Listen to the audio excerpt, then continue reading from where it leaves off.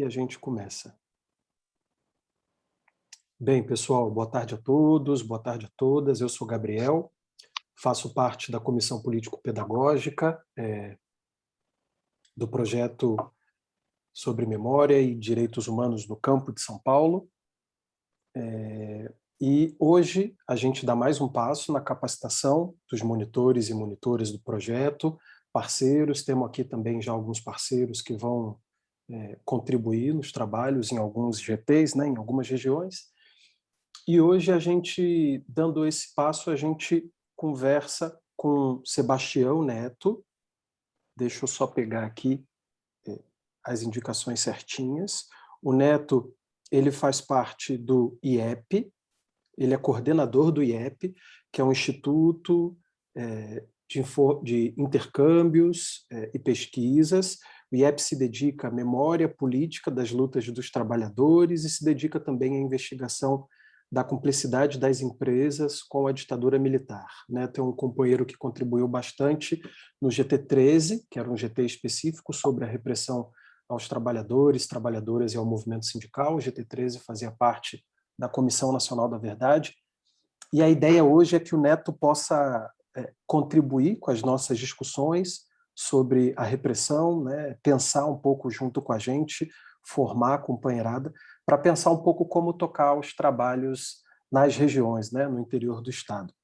Só contextualizando para o Neto, no projeto, Neto, a gente vai ter pessoas de pelo menos 7 regiões do Estado de São Paulo. Deixa eu só recuperar aqui. Teremos pessoas em Campinas, Ribeirão Preto, Vale do Paraíba, Iaras, Sudoeste do Estado de São Paulo, Andradina e Pontal do Paranapanema. Então, exatamente para a gente não perder muito tempo, não faremos uma apresentação. Acho que o mais importante é que você possa se apresentar, falar um pouco do seu trabalho e já tocar o pau na máquina aí. A gente pensou numa proposta em que você possa falar por volta de 40 minutos, 1 hora, depois a gente abre um espaço para perguntas, colocações, provocações e te devolve a palavra para estabelecer um diálogo com os companheiros e companheiras. Lembrando que essa atividade fica gravada, alguns monitores já justificaram a ausência, mas como parte da formação eles recuperam esse material mais à frente. Neto, está com a palavra. Obrigado pela contribuição e pela presença.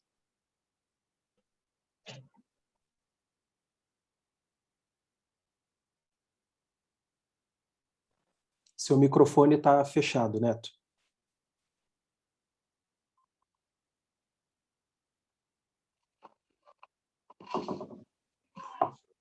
Bom, eu sou conhecido como Neto, mas como tem muitos netos aí no movimento, meu companheiro que está um trabalho muito parecido com o meu, que é o Antônio Fernandes Neto, é o que mais confundem. Tem o Neto lá de Osasco, que teve exilado em Cuba, as idades são parecidas. Eu sou Sebastião Neto, eu fui da oposição metalúrgica, fui da CUT, e estou já há uns 20 e poucos anos aqui no IEP. Eu não sei, eu saí um pouquinho, Gabo. O IEP se dedica à memória política da luta dos trabalhadores e a investigar empresas e ditadura. Mais ou menos assim, não se preocupa muito com o nome por extenso, não. Bom, o que eu posso, do que eu conversei com o Gabriel, inicialmente contribuir com você, a gente vai continuar. Primeiro, eu queria dizer o seguinte, investigar, nós estamos falando de violência no campo, não é isso? E, particularmente, a violência ela tem um CNPJ. Na questão do campo, tem um fenômeno no Brasil que a violência não tem, no campo não tem CNPJ. Então, se você falar que na fábrica tal houve uma perseguição ou uma cooperação com a ditadura, aquela fábrica tem um CNPJ. A violência no campo não tem CNPJ. Então, por exemplo, ainda no governo do Arraes, tem um caso famosíssimo da usina Estreliana, que é um fuzilamento de trabalhadores rurais lá em Pernambuco. nem a Comissão da Verdade, Dom Helder Câmara, considerou a possível responsabilidade da empresa dona da usina. Não existiu isso. Lá mesmo, ainda no governo Arraes, teve o assassinato de Jeremias. Né? Nós tivemos que fazer, junto ao deputado Adriano Diogo, presidente da Comissão da Verdade de São Paulo, uma audiência sobre o caso Jeremias, porque lá em Pernambuco não houve a possível responsabilização de quem era o dono daquela terra, daquele problema. É isso? Eu começo dizendo isso porque o Gilney Viana, que vocês conhecem bem, fez um livrinho que se chama 1.200 camponeses fora da justiça de transição. Ele agora está terminando, refazendo o trabalho, deve ter 1.600, você me falou que uma vez 1.600 pessoas, que estão fora da possível justiça de transição porque são do campo. Ou seja, a quarta região militar em Pernambuco ficou responsável, logo após o golpe, para fazer o fechamento das sedes, das casas, dos locais das ligas camponesas no Nordeste. Então, eles tinham uma coisa chamada volante. Volante é o mesmo nome que se dava à perseguição dos cangaceiros. É engraçado isso, né? As volantes, que eram um jipezinho do Exército, aquela coisa do filho do Bolsonaro lá, de um cabo e 2 soldados, era aquilo. Ia nos locais das ligas, fechavam na porrada, quebravam tudo. Tem um companheiro que mora aqui em São Mateus, que ele teve preso junto com Aldo Rabelo, né? Mais velho, né? Da P, do PCdoB, não Aldo Arantes. O Aldo Rabelo lá em Alagoas, e Alagoa Grande, não é? Ele ficou preso 2 meses na cidade, apanhando da polícia, era um dirigente rural, não conseguiu ser anistiado, porque não tem um papel que prova que ele foi preso. Então, assim, o campo tem uma característica diferente do trabalho que nós fizemos com as empresas. Eu digo que não tem...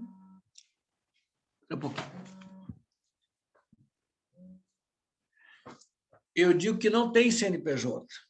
Não existe responsabilização. Por quê? Porque todo o trabalho feito na Comissão Nacional da Verdade tem um lema: verdade e memória. Isso foi feito por quê? Porque houve um acordo político para se instalar a Comissão Nacional da Verdade nas condições possíveis políticas, ou as condições que tinham, que era que ninguém seria responsabilizado. Então, a Comissão Nacional da Verdade tem uma limitação terrível, que ela só tinha que levantar os fatos. E dentro da própria Comissão da Verdade, Nacional da Verdade, ela era majoritariamente, vamos dizer, muito devagar. Zé Carlos Dias, Paulo Sérgio Pinheiro, tem um cafajeste chamado Zé Paulo Cavalcante, é um bandido, não tem nada a ver com nada, não sei como foi parar lá. Mas a ala melhor da comissão, parecia melhor, Zé Carlos Dias, Paulo, eles eram pela não punição, por aceitar a lei da anistia, que é uma lei que iguala o torturado com o torturador, e havia uma ala, o ministro Dipa, a doutora Rosa Cardoso, que dizia, não, tem que ter investigação e tem que ter punição. Mas, legalmente, a Comissão Nacional da Verdade não podia fazer isso. O lema dela é verdade e memória. Quando, passado um ano da instalação da Comissão Nacional da Verdade, já em março, abril de 2013, nós fizemos um seminário na Assembleia Legislativa, sempre sobre o apoio do companheiro Adriano Diogo, que é uma pessoa muito importante para nós, da Comissão da Verdade Rubens Paiva, e fizemos um seminário, chamamos todos os movimentos, quem foi possível saber que existia, que tinha lutado durante a ditadura, 12, 15, 17 movimentos. Fizemos 2 dias de atividade intensa na Assembleia Legislativa, e a doutora Rosa Cardoso, que naquele momento estava de presidente rotativa da Comissão Nacional da Verdade, bancou, então, criar um grupo dos trabalhadores na Comissão Nacional da Verdade. Vocês, do campo, estavam num grupo muito confuso, coordenado pela doutora, essa psicanalista, como chama? Maria Rita Kel. Maria Rita Kel, que era um trabalho muito extenso, que eu acho que misturou quilombola, indígenas e campo. Quando o campo tem especialistas inacreditáveis, Leonildo Sévolo, Moacir Palmeira, Zé Sérgio Leite Lopes, tem pessoas aí que vocês conhecem um monte, extraordinárias, né, que estudaram o campo tanto, e nós tentamos, em 14 de abril, a comissão acabaria em dezembro, 10 de dezembro, 14, ficamos 3 dias na CONTAG, eu pelo GT dos Trabalhadores, e um assistente, uma companheira muito boa. Conheci a turma que eu falei, o Leite Lopes, a Leoni, esse pessoal aí do campo, o Moacir Palmeira, para a gente fazer um relatório conjunto, trabalhador da cidade e do campo. E fomos vetados pela Comissão Nacional da Verdade. A doutora Rosa sofreu muitas críticas por estimular essa iniciativa, que seria um seminário em Campo Grande, em julho, ou em Cuiabá, para ser do campo, mais campo que a cidade. Eu estou falando esse contorno para dizer 2 coisas. Primeiro, que o campo não tem CNPJ, se vocês vão investigar, tem que aparecer o CNPJ. E segundo, que a parte campo do relatório da Comissão Nacional da Verdade, já nessa época aí, que é metade do primeiro semestre de 2014, que foi o último ano da Comissão Nacional da Verdade, o texto da doutora Maria Rita tinha tipo 400, 500 páginas, e nós estávamos conversando lá em Brasília maio para junho, e quando tentaram combinar com a doutora Kel uma conversa, ela só tinha agenda para falar com o seu próprio grupo de trabalho da Comissão Camponesa da Verdade em julho, uma coisa de louco, 40 dias depois. A mulher não tinha tempo para falar com o pessoal que estava fazendo, o pessoal ameaçou fazer um relatório paralelo. Então, a questão do campo ela é maltratada, no particular, e a questão da justiça e reparação ela foi ignorada politicamente no governo Dilma. Se tinha condições políticas ou não sei. Eu acho que a tarefa nossa exigir justiça e reparação. Então, o GT dos trabalhadores urbanos, no caso, que não conseguiu fazer um trabalho relatório conjunto com a Comissão Camponesa da Verdade, inicia seus trabalhos com o seguinte lema: verdade, memória, justiça e reparação.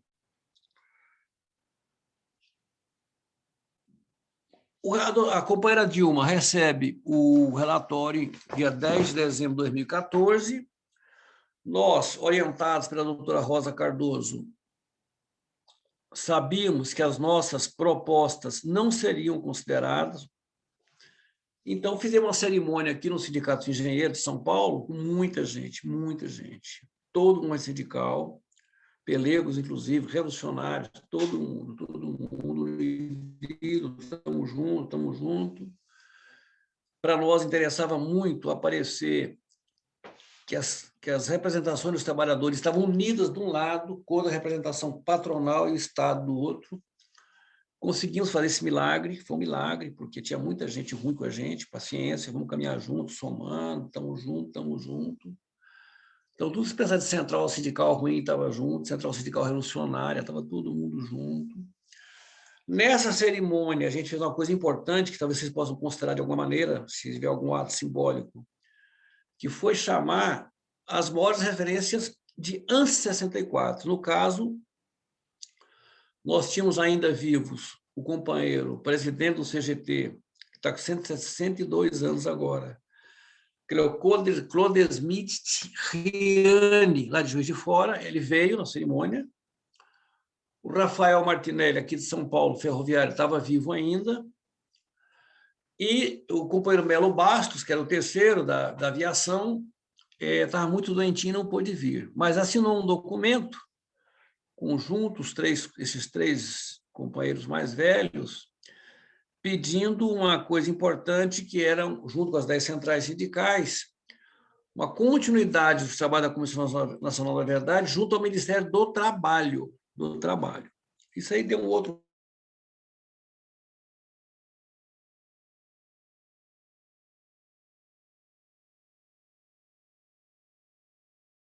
rolo, agora eu posso explicar. Com a ideia de Bolsonaro, que extinguiu o Ministério do Trabalho, não tinha mais como continuar. Estamos tentando retomar agora junto ao Ministério Público. Vai ser um capítulo à parte. Mas, o que a gente fez? Eita, porra. Continua ou estou saí fora? Deu como estável aqui? A gente te escuta, eu te escuto. Não, vou continuar, então. O que a gente fez? Não tendo, a partir da Presidência da República, do Ministério da Justiça, o encaminhamento institucional que os trabalhos da Comissão Nacional da Verdade teriam continuidade, não, ela estava em estabilidade, mas está normal. Acho que apareceu como normal aqui. Tá, obrigado. Nós inventamos uma coisa chamada Fórum dos Trabalhadores por Verdade, Justiça e Reparação, e daquele arsenal de coisas que nós tínhamos juntado, nós decidimos encarar uma grande... processar uma empresa, entrar com inquérito contra uma empresa, que é um pouco que eu queria falar a experiência para vocês, que é o caso Volks, que o Gabriel anunciou. Então, eu vou aqui agora, às vezes, citar, tem um documento tal, Gabriel. Tem uma companheira nos assistindo junto, que é a Mariana, que trabalha aqui agora. Eu vou pedir, se eu citar, depois fica pendurado para ela mandar as coisas para você. Se citar uma coisa, ela vai anotar e depois vai mandar para você, você repassa para o grupo. O que nós tínhamos de experiência de processar empresa? Estou voltando ao CNPJ lá. Vamos fazer a justiça. Tá? Nenhuma experiência. E nós procuramos alguns contatos do Ministério Público Federal, procuramos, na época, a Procuradoria Federal dos Direitos do Cidadão, Regional São Paulo, mas, se não fosse hoje, poderia ser a Advocacia Geral da União. Tem vários caminhos. Nós descobrimos que o Ministério Público não é a única saída, não é, e, às vezes, vale a pena até entrar na justiça. Então, como fazer depois de recolhidas as coisas, eu acho que elas são em aberto. O caminho único não é o Ministério Público, porque, registre uma coisa, o Ministério Público, ele pode dizer, eu tomo conta da criança, e tira a criança de você. Tá? Nós, depois de 5 anos, eu vou contar a história da Volkswagen, mas só para entender o raciocínio, depois de 5 anos da negociação da Volkswagen, como nós não concordávamos com o tipo de acordo que o Ministério Público ia fazer e fez, ele tirou a agenda jogada. Nós fizemos a pesquisa, fizemos a denúncia, o Ministério Público não colocou uma folha de papel no inquérito, uma folhinha, uma prova, uma. Todo o trabalho foi nosso, tudo. Todos os depoimentos, tudo foi nosso, tudo. Mas, no entanto, como ele era um negociador entre nós e a empresa, ele ficou muito, vou dar uma palavra que se usou muito demais, empoderado. E, no final, fez o que quis. E fez uma lambança com o acordo. Tá? Então, primeiro recado, tem CNPJ. Segundo recado, as instituições não caminham a nosso favor. Nunca, nunca. A minha confiança do Supremo ao juiz da comarca é zero. É zero. Eu sempre digo que nós somos como as companheiras assediadas, violentadas, estupradas que vão na delegacia. A mesma pessoa que pode tomar providência, a mesma pessoa que pode desdenhar de você, pode não acreditar em você, que é o delegado, pode fazer as coisas como quiser, ou te culpabilizar. Isso é muito sério. Por quê? Porque decorrente desse caso Volkswagen, tem 10 empresas sendo investigadas. Então, meus cuidados com o mundo jurídico e como encaminhar as coisas são muito grandes, muito grandes. Porque nós, se for o padrão Volkswagen, a situação para nós não é muito boa. Se depender do Ministério Público. Se não falar hoje ou amanhã com uma pessoa importante do Ministério Público, o doutor Marlon, nós discordamos no final, eles deixaram a gente alijado do processo. Tá? Acho que tem que ouvir, porque vocês necessitam muito do Ministério Público. Esses procuradores que trabalham conosco são os melhores de São Paulo, os melhores, nada contra, mas, no caso específico, tivemos uma divergência gravíssima, que vou explicitar depois, que tem a ver com o conceito de reparação. Com o conceito de reparação. Então, eu vou falar um pouco mais da investigação, que acho que é o filé que o Gabriel me pediu, não é isso? E depois falo mais da justiça de reparação. Hoje de manhã, eu vi aqui durante 3 horas a pessoa mais chave do ponto de vista institucional, gravou um depoimento espetacular para a gente aqui hoje de manhã sobre a chacina de Unai. A chacina de Unai foram 4 servidores do Ministério do Trabalho, 3 deles fiscais, investigando trabalho escravo, tiveram assassinato premeditado, os 3 auditores, mais um motorista, uma chacina. Os que atiraram, mesmo caso da Marielle, estão presos, mas os mandantes condenados desde 2015 e recondenados agora em 2022 estão soltos. Estão soltos. Que é a família Mânica e mais 2 empresários da região de Unai. Então, os caminhos da justiça são muito complicados, se quisermos fazer justiça.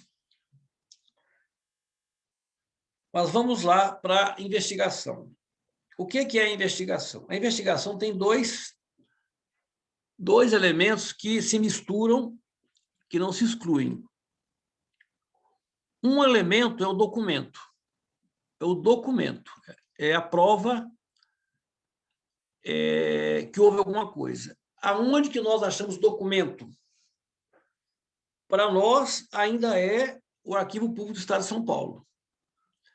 E tem, Gabo, depois daqueles 2 cursos que fizemos no começo, foi ano passado, né? Os cursos, ou esse ano, fizemos lá no arquivo, para os pesquisadores.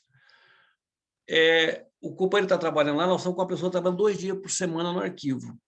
Essa assistente que está aqui, que é a Mariana, que é uma estagiária nossa aqui, muito ligeira, e o Fernando Ramones, que você conhece, Cabo. Está lá no Arquivo do Estado, estão toda terça e quarta lá pesquisando. Nós descobrimos uma coisa que pode ser muito útil para vocês. Muito, muito útil, que ninguém considerou até hoje, é incrível, com toda esses anos de experiência, que é o relatório das delegacias do interior. Isso pode ser bastante útil para vocês.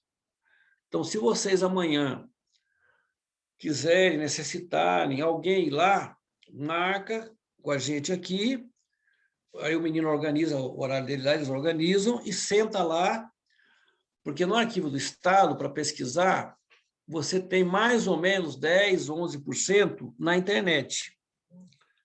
Mas quase 90% não está na internet. Então, o que acontece? Você vai pesquisar alguma coisa, você vai até chegar na pasta. Você achou lá. Gabriel, achou lá, achou. Sabrina Diniz, achou. Ok. Aí, quando você vai buscar, você vai encontrar um códigozinho que está dentro de uma pasta. Essa pasta, se você vai lá no balcão do Arquivo Público do Estado, você tem que ficar no balcão, na fila. Aí você vai hoje, pede para pegar para depois da manhã, e lá eles não têm assim, não é um supermercado, você vai na gôndola e pega, tem que falar com eles, dentro do ritmo deles e tal. Como nós estamos lá dentro já 2 dias por semana, o que vocês fazem? Podem fazer um combinado, Gabriel. Se vocês necessitam certas coisas, vocês fazem a pesquisa, esbarra no limite. Quando vocês combinarem de ir lá fazer a pesquisa, falam, ó, eu quero a pasta tal. Aí nós pedimos lá, quando chegar a pasta vai estar em cima da mesa. E vai ter alguém orientando vocês para a pesquisa. Nós vamos voltar, e o Arquivo Nacional, claro, o Arquivo da SNI Nacional pode ter que ter coisas também. Lembrando uma coisa bem importante. A polícia não atesta a perseguição da polícia. Explicando melhor. Os arquivos do Arquivo Público do Estado de São Paulo, os arquivos da ABIN, antiga SNI, Arquivo Nacional, eles têm um nome nosso, mas não tem o nome deles. Os nomes deles aparecem quando assinam um documento. Então, por exemplo, você tem o nome de um torturador, o nome de um assassino. Esse nome nunca vai aparecer no arquivo deles. Pode aparecer incidentalmente, por algum outro problema. Não existe uma vigilância de...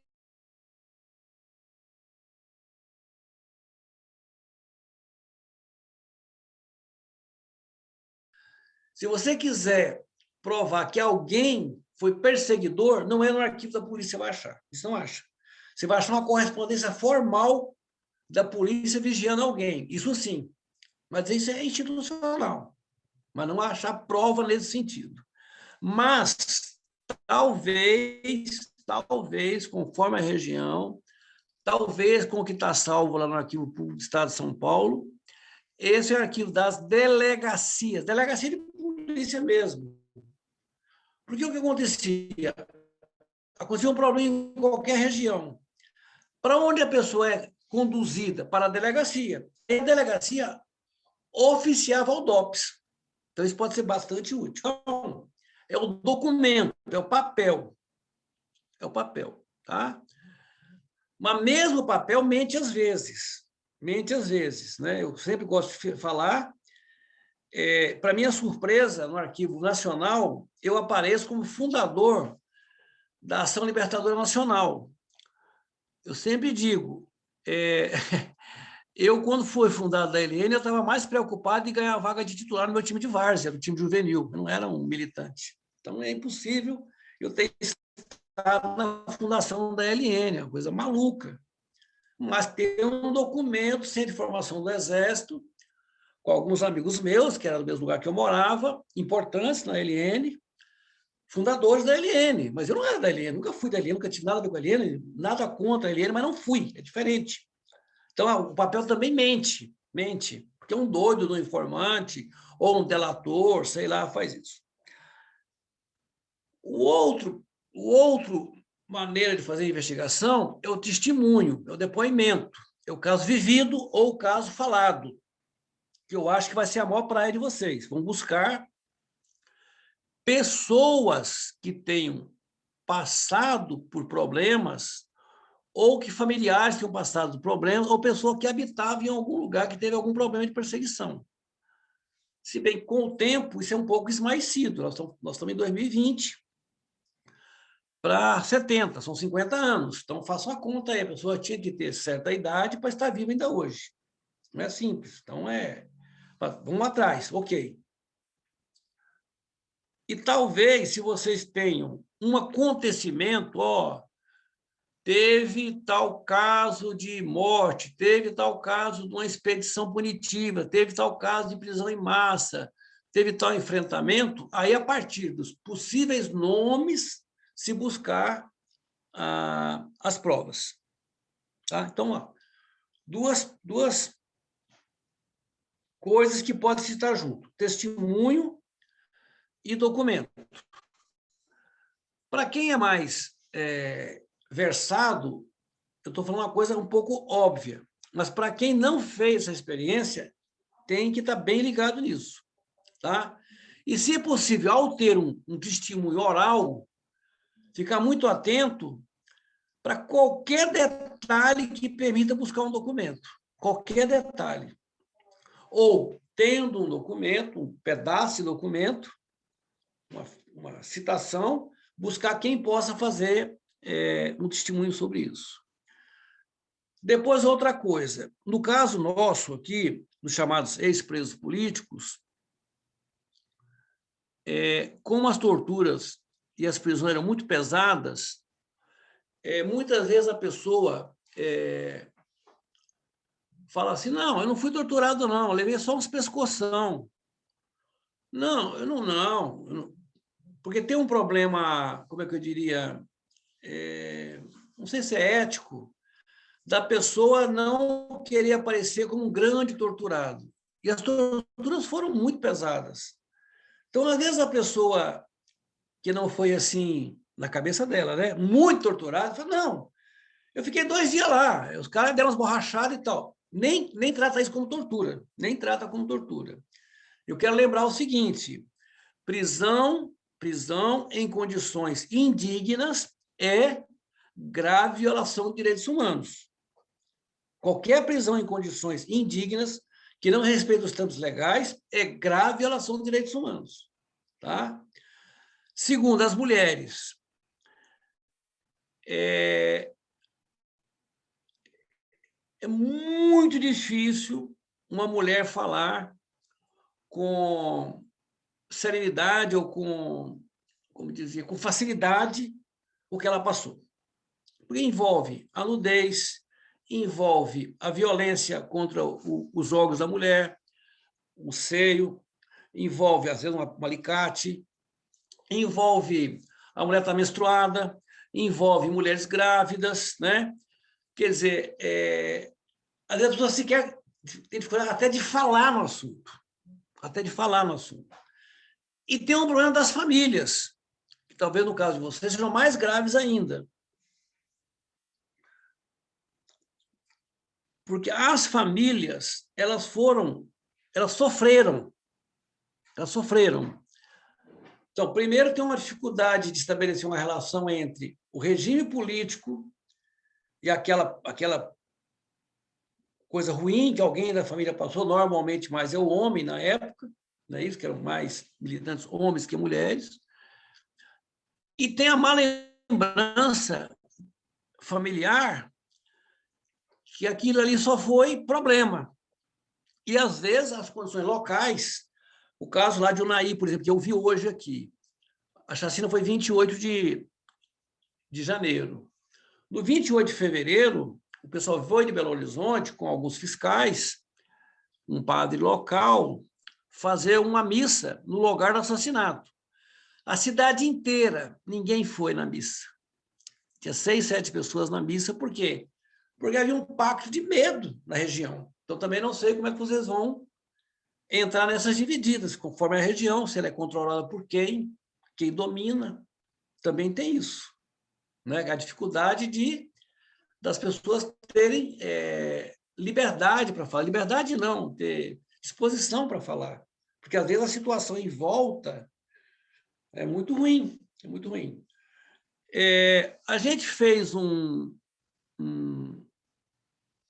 pequeno roteiro, eu acho que eu passei para o Gabo, da Comissão da Verdade, que a gente vai fazer uma espécie de entrevista. Vocês vão fazer como vocês quiserem, mas pode ser útil para vocês. Quer dizer, é uma espécie de perguntas muito básicas, né, que tenta achar dados, fatos, local, situação, nomes, mas ele é orientado pelos princípios, vejam só, das graves violações de direitos humanos. O que eu quero dizer com isso? Vocês podem levantar a violência e ela não necessariamente ser uma grave violação de direitos humanos. O que é uma grave violação de direitos humanos? É sequestro, é tortura, é desaparecimento de corpo, é prisão em condições indignas, é uma coisa que tem que ser bem caracterizada, a perseguição em massa, ou seja, uma grande discussão que teve na Comissão Nacional da Verdade é se um determinado grupo, determinado tipo de associação, determinado tipo de povo, se algum grupo social, pode ser até uma fábrica, foram particularmente vigiados, controlados, tutorados com o Estado, ou no caso do campo, muita coisa, segurança privada, se aquilo não é uma coisa análoga aos casos de genocídio. Então, por exemplo, nos casos que agora se diz originários, dos povos indígenas, dos quilombolas. Então, você tem lá uma empresa, estamos investigando agora, Aracruz. A Aracruz dava um jeito, lá no Espírito Santo, de inviabilizar o acesso à água dos quilombolas, ou de matar as criações. Ou seja, tirava as condições mínimas de vida das pessoas, ou de povos indígenas, que é contaminação, doença, assassinatos. Isso que está acontecendo agora no Amazonas teve muito na época da ditadura. O relatório da própria doutora Maria Rita fala que 9.000 indígenas assassinados, não é isso? Ou o extermínio pela fome de um povo. Não é? Quer dizer, isso pode acontecer em determinadas localidades. Repetindo, às vezes, essa forma que a ditadura propiciava não necessariamente era feita por agentes do Estado. Na questão da terra, normalmente tem muito que nós chamamos de jagunço em algumas regiões do país, milícias privadas, sei lá o nome, e não necessariamente tem a figura da polícia do Estado em si. A polícia, seja a polícia militar, seja a polícia civil, seja a polícia política, seja o exército, as forças armadas. Então, aí eu volto sempre repetindo. A quem interessa o crime lá do CNPJ. Então, isso é mais ou menos os elementos de investigação. A possibilidade que tenha documentação de delegacias locais, a mais próxima que nós conhecemos, a questão da perseguição específica a grupos ou localidades, provavelmente, parece que o Vale da Ribeira não está bem na mira de vocês, mas o Vale da Ribeira ficou um rastro lá depois da guerrilha do Lamarca, de um tipo de perseguição específica ali no Vale da Ribeira, por exemplo, que resultou em 1.000 barbaridades, não é isso? Ou aonde teve lutas no campo, aqui em São Paulo, Paraná, de ficar regiões particularmente vigiadas ou vulneráveis. Eu posso avançar um pouco, Gabriel, não sei como é que está meu tempo, na questão de como fazer depois a denúncia, coisa desse tipo, ou paro agora aqui? O que você acha?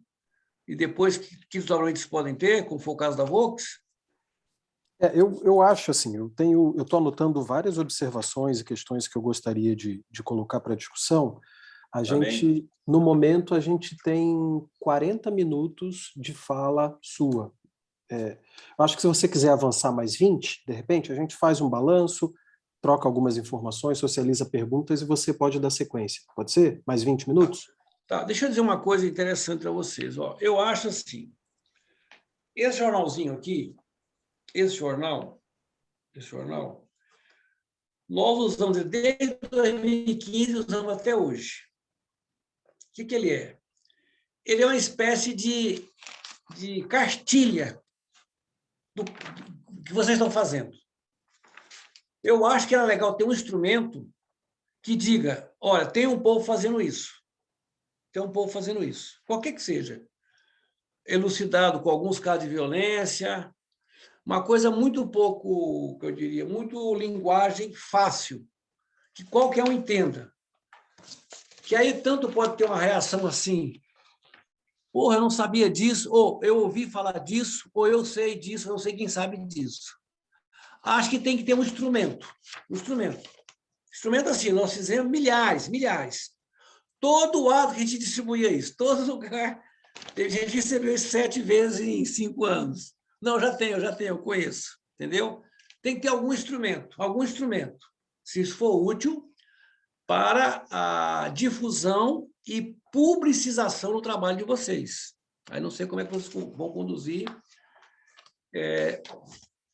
essa questão, né? Mas nós aprendemos, nós temos uma afirmação muito dura de início, que é aliança empresarial militar contra os trabalhadores, no caso Volkswagen. E aqui dentro fizemos o histórico, que é uma empresa surgida do nazismo, fizemos o que nós tínhamos de documentação. Então, isso aqui tem bastante, dá para mandar para todo mundo. E quem é que estava fazendo o trabalho? Ou seja, tem algum instrumento. Agora,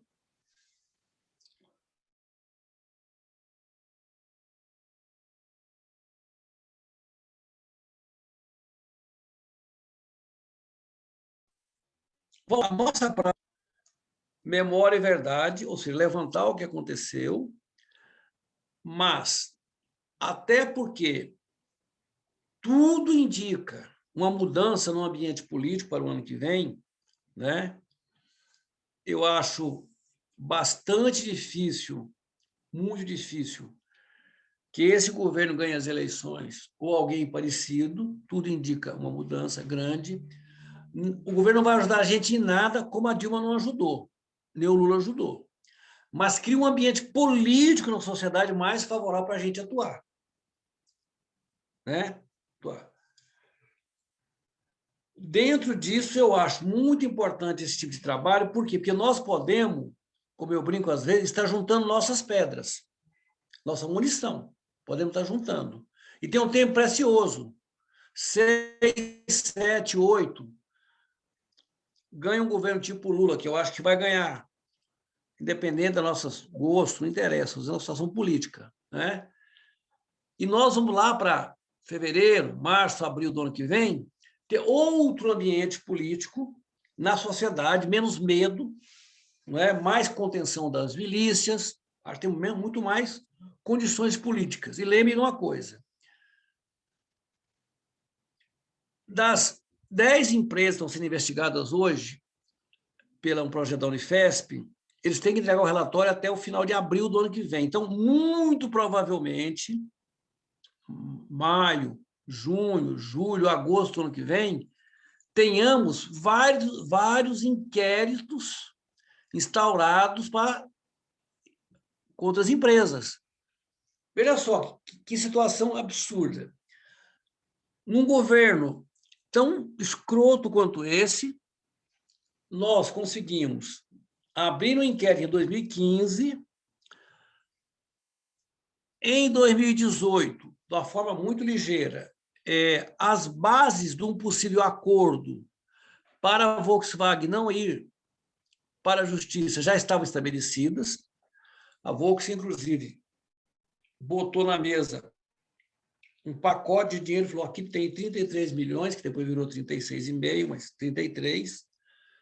Mais ou menos fez a sinalização, briguem vocês pelo dinheiro. O dinheiro é esse. Olha, esse dinheiro em 5 anos passou a valer a metade. Isso nunca foi contestado pelo Ministério Público. Ninguém falou atualização, correção monetária, IPCA, IGPM, foi o mesmo dinheiro. Então, a empresa teve um poder muito forte na busca de um possível acordo e dizer, é o dinheiro que eu ponho na mesa. E ninguém mais discutiu o valor do dinheiro. Ela que disse quanto ela queria pôr na mesa. Tá? Depois a discussão da destinação do uso do dinheiro. Porém, quando, no primeiro semestre de 2018, que, por mais maluco que pareça, o Bolsonaro começa a crescer e ter a chance de ganhar a eleição, a gente percebeu, vou usar uma expressão muito educada, um cagaço dos negociadores de dar tudo errado. Tipo assim, basta a ligação do presidente para o chefe da Volkswagen, que era o Pablo Deci, Pablo DE, separado de SI, Pablo Deci, que ainda é o chefe, ou o contrário, para a gente perder tudo. a gente perder tudo. Isso criou um rebaixamento enorme na negociação. Enorme, enorme. Um desastre para nós. Qual que era a nossa linha? Nós não abrimos mão do que queremos. Não tem acordo, foi um acordo porcaria, um acordo podre, que acabou sendo ruim. Bom, o cara ganha a eleição, esse demente ganha a eleição. Aí tudo piora. Tudo piora. Nós mantivemos a mesma linha, não abrimos mão. E todo mundo apavorado, apavorado, apavorado, apavorado, apavorado. Quando chega 2018, o que acontece? Foram dados contornos definitivos da possibilidade de um acordo. Qual era a principal reivindicação nossa desde 2015? Era se a empresa botasse algum dinheiro para fazer um acordo, para que seria o dinheiro? Primeiro lugar, ter dinheiro para investigar empresas. Isso nós conseguimos. 2 milhões. Que foram para a Unifesp. Nada para a gente, tá? Não falando dinheiro para a gente, não. Dinheiro para alguém, uma figura pública, no caso da figura pública, é a Unifesp, está sendo a Unifesp, não é isso? E queríamos uma coisa muito importante, que é importante dizer para vocês, que é o estabelecimento de um memorial dos trabalhadores. Resumidamente, nós temos mais ou menos 60 museus entre São Paulo, Rio e Minas, não tem nenhum dedicado à memória da escravidão. Tem da questão negra, que é diferente, mas não é da escravidão. Não é da escravidão. 2, não tem nenhum museu no Brasil dedicado às lutas dos trabalhadores migrantes, que seriam para substituir os escravos. Não tem. Tem o Memorial do Migrante, que é a história das famílias, da migração, dos navios, história das famílias. 3, não tem nenhum museu no Brasil que se dedique ao que os trabalhadores fizeram na ditadura Vargas. E não tem nenhum museu local de memória dos trabalhadores durante a ditadura militar. Conseguimos aqui, com o então prefeito Bruno Covas, 500 metros quadrados na Galeria Prestes Maia, quem é de São Paulo conhece, é no pé do viaduto do Chá, do lado do viaduto do Chá, do lado do Centro Velho. 500 metros quadrados, que podiam ser 1.000 metros quadrados, 1.000 metros quadrados, e a negociação era ter 15 milhões da indenização da Volkswagen para esse memorial. A Volkswagen fez fim-capé e, infelizmente, ao final, como nós não concordamos, tínhamos tudo protocolado, e a coisa é tão absurda, mas tão absurda, que se vocês lerem, viu, Mariana, vamos mandar para eles os termos do acordo, para eles conhecerem, se quem quiser ler, leia. Uma das alegações do Ministério Público do Trabalho, são 3 ministérios públicos, né, que não podia fazer certas coisas como nós queríamos, porque as normas de compliance, vocês sabem o que é compliance? C-O-M-P-L-I-A-N-C-E, são as normas que regem o comportamento da empresa, que eu cago montes, a mim não interessa o que a empresa pensa, eu quero saber o que nós pensamos, nós estamos enfrentando eles. Então, o Ministério Público do Trabalho escreve: as normas de compliance da Volkswagen não permitiriam melhorar o acordo. Eu acho que o Ministério Público pode dizer: nós não conseguimos, mas não pode usar como desculpa as normas de compliance da empresa. Tá? Primeira coisa. Segundo, que no ano eleitoral, quando foi fechado o acordo, 2020, isso poderia, olha que absurdo, gente, beneficiar a candidatura do Covas, que era então candidato à reeleição. Mas o acordo, se houvesse, seria fechado depois da eleição. E a divulgação deles, em qualquer situação, seria 60 dias após ter feito o acordo. Precisa passar por um monte de órgãos para homologar. Então, seria outubro, novembro, depois da eleição. Então, nós não somos tucanos, não temos nada a ver com os tucanos. E se você tem um local público, que você quer fazer alguma coisa, você vai discutir ou com o governo municipal ou com o estadual e com o federal. Estadual era o Dória, federal o Bolsonaro.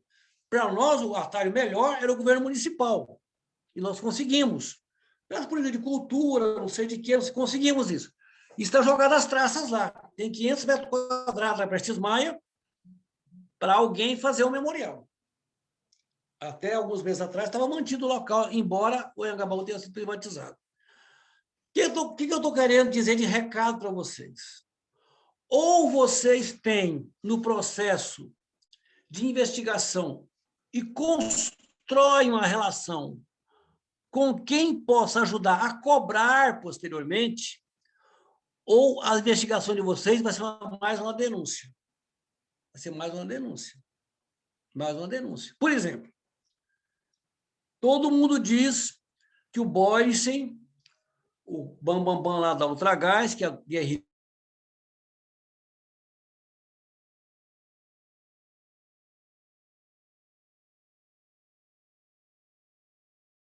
fuzilou, que é na rua Estados Unidos, companheiro da LN. Tem um filme maravilhoso, Cidadão Boysen, quem puder ver, vamos mandar o link para eles, quem não viu tem que ver esse filme, é muito bom. Cidadão Boysen. No entanto, se você for aqui no Arquivo do Estado, no Arquivo Nacional ou na empresa, o Boysen não existe. A empresa limpou da história institucional da empresa esse cara que era o principal executivo da empresa. Então, você tem uma denúncia quase vazia. A esquerda fala, o cara colaborava, o Paulo Savaia confirma, o Delfim Neto comenta, o Paulo Egídio Martins reconhece, ex-governador, está no livro do Hélio Gaspar, e você não tem elementos para processar a Ultragás. Até hoje não tivemos. Então, um fato, vamos dizer, mais ou menos sabido por todo mundo, pode não conduzir a nada, se você não tiver o que eu falei no começo, que é o documento ou o testemunho. Não leva a nada, é uma denúncia vazia, que às vezes pode passar um atestado de boa conduta ao acusado. O cara fala, ó, nos denunciaram, isso é uma molecagem, tem nada a ver com isso, essa esquerda maluca que acusa todo mundo, tá? Então é isso, gente. Nós aqui, eu estou muito preocupado, para encerrar, Gabriel, essa minha fala longa, fala inicial, eu estou muito preocupado porque,